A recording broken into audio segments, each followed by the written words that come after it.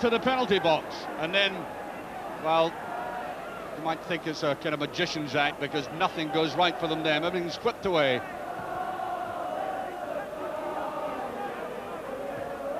I think you could say Rangers have come out with a determined look about them.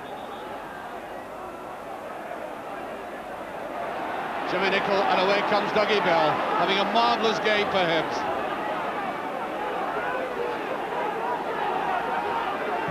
Holding it when he needs to, that's a very good ball indeed. Great play by Bell. Now Durant.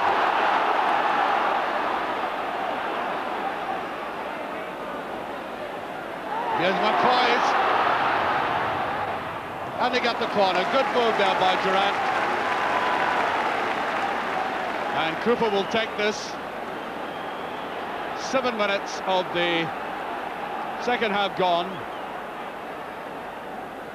What an entertaining game this has turned out to be.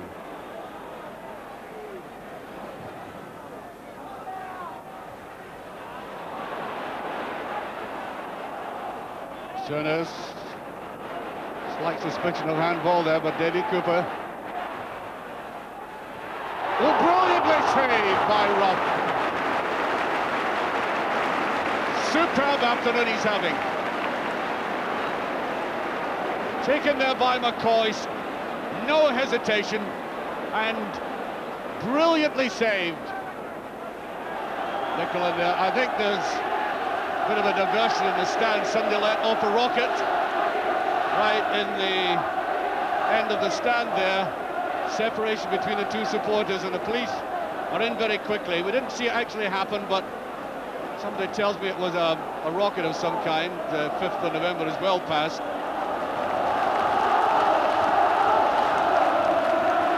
Durant, foul, Souness.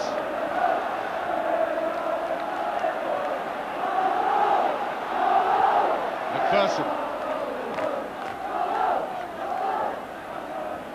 Easily taken there by McIntyre. He's played very well indeed. Roberts going forward.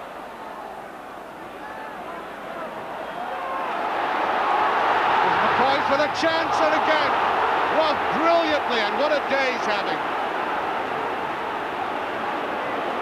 Superb afternoon by Ruff.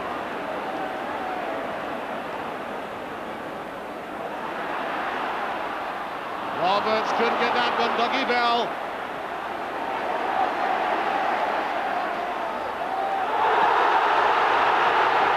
And I think McCluskey will be warned about that, at least warned by the referee.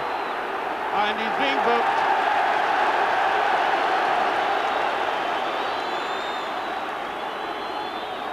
Pulling away, Butcher.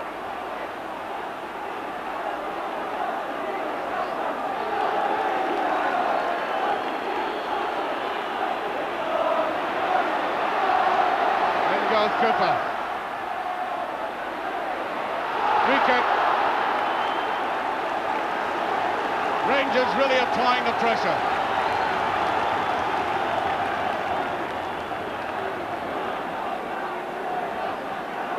"12 minutes of the second half gone. Free kick to Rangers.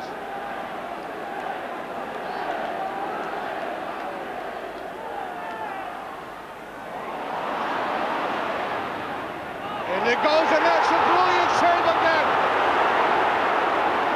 Oh, that must be one of the saves of the season. Magnificent from Ruff. Just watch this again. They say Ruffy's finished. Well, look at it. He is saving Hibs.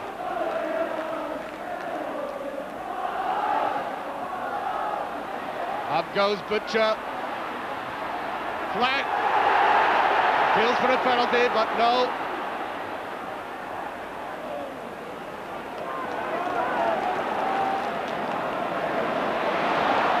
Cooper.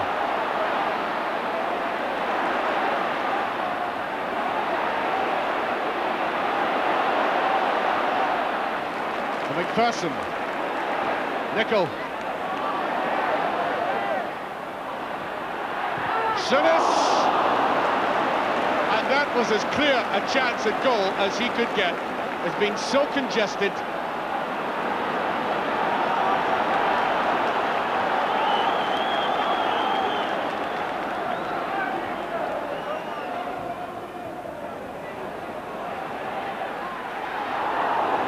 would you believe? He's in amongst it again.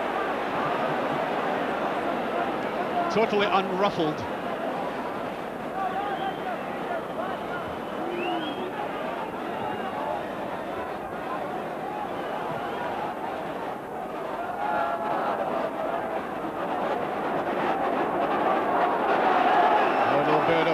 Between Roberts and McCluskey.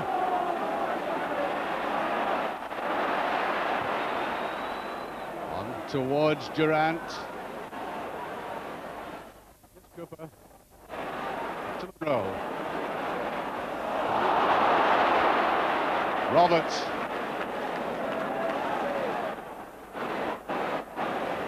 McPherson.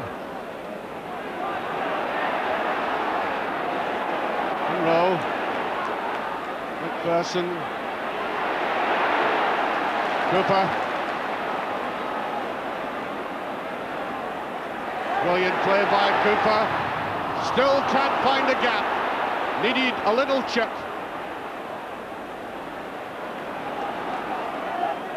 And there is a substitution with McCluskey coming off and Khan on for Hibs.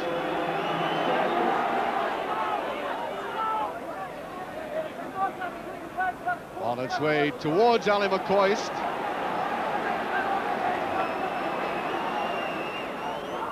Roberts. Nicol.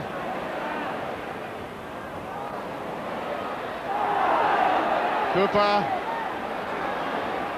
That's a better one, and that's it. McPherson. The equalizer. 27 minutes of the second half gone. Rangers back deservedly on equal terms. They've put an enormous effort into it, getting the big men into the penalty area. And this time it paid off. Delightful play once again by Cooper. And the finishing touch by McPherson.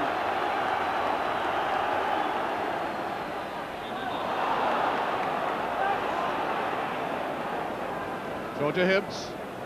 A minute of ordinary time left. Sure there will be some stoppage.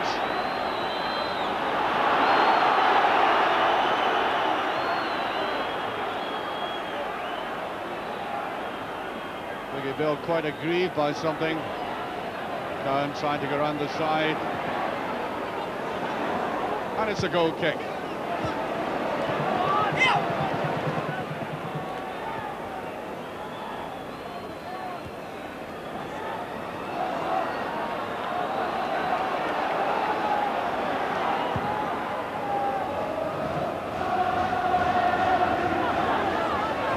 Free kick to Rangers. We'll get the big men up again, and I make it 30 seconds into injury time.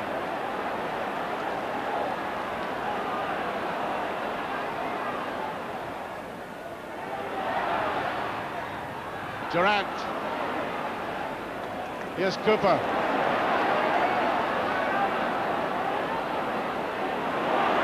Oh, Mickey Weir does very well. Cooper looks, in fact, a little bit tired there. There's Monroe in. And the free kick for pushing. Free kick to Rangers.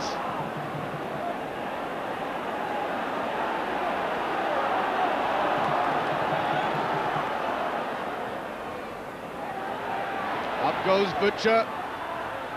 And just over. Feels for a corner, but it isn't. It's a goal kick.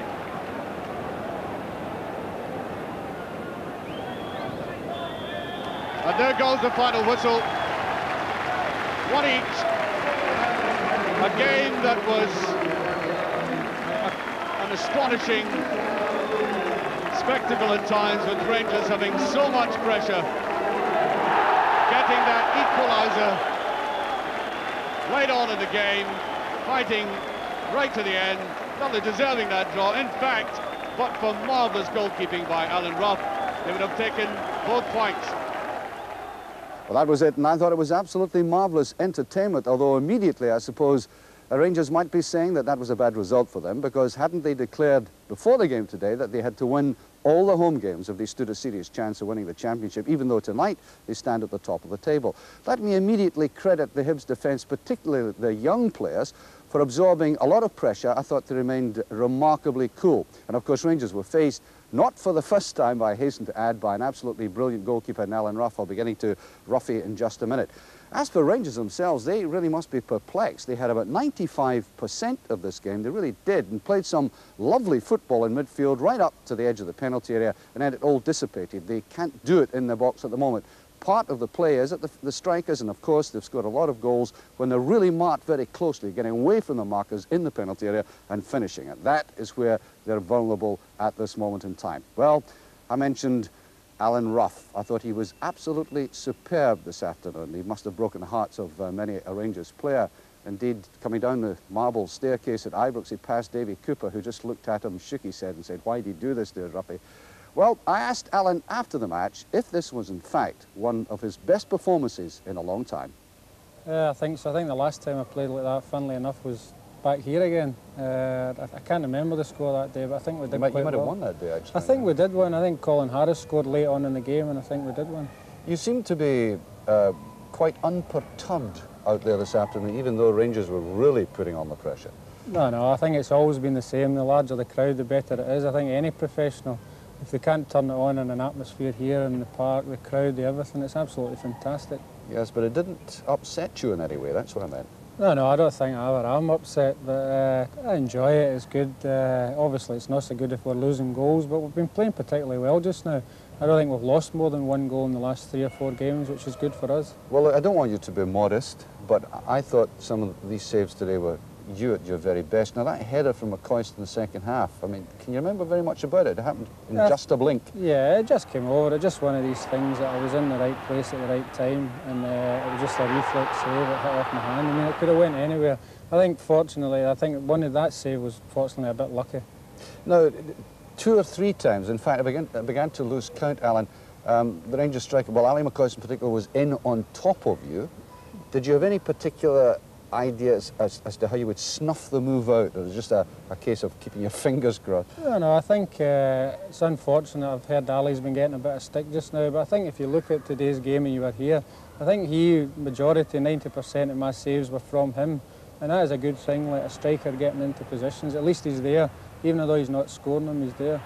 You must have been extremely disappointed you were knocked out of the cup, though, and today it didn't appear in the Hibs team at all. No, I think that we've got a lot of young players in the team just now, and I think this year they're beginning to come a wee bit. I think at Clydebank maybe it was just a bit too early, away from home, a tight park, the hustle-bustle of the cup, but they'll learn from that, and I'm sure they'll gain an experience.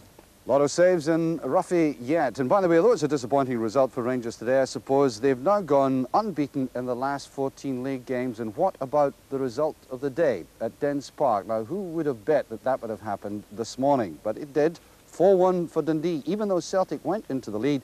Brian McClare in the 21st minute, and then the heavens opened for Celtic in the second half, with Vince Mennie in the 46th minute, then Rab Shannon, John Brown and Ross Jack. And would you believe, in 210 meetings in League, Cup and League Cup, that's Dundee's second biggest win over Celtic, and Celtic dropped down a little bit.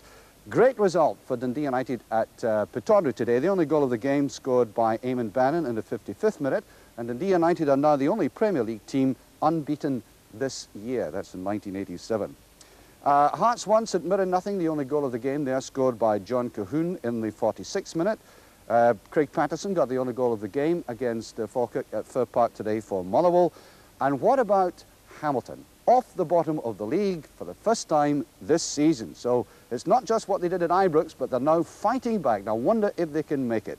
The goal scorers for them today in the 3-2 win, Alec Taylor, Adrian Sprott and Kevin McKee.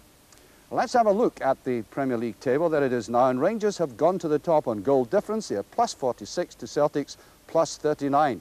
And Dundee United, that's an excellent result for them. They're creeping up, and they have played 1 game less than Rangers and 2 games less than Celtic, and their goal difference is plus 30. It's going to be a marvellous finish to this Premier Division.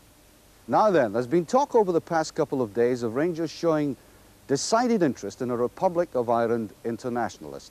Well, there were some people here at Ibrox today, and I don't think we can disguise the fact, who made it clear that they did not like that at all and gave vent to vocal dissent.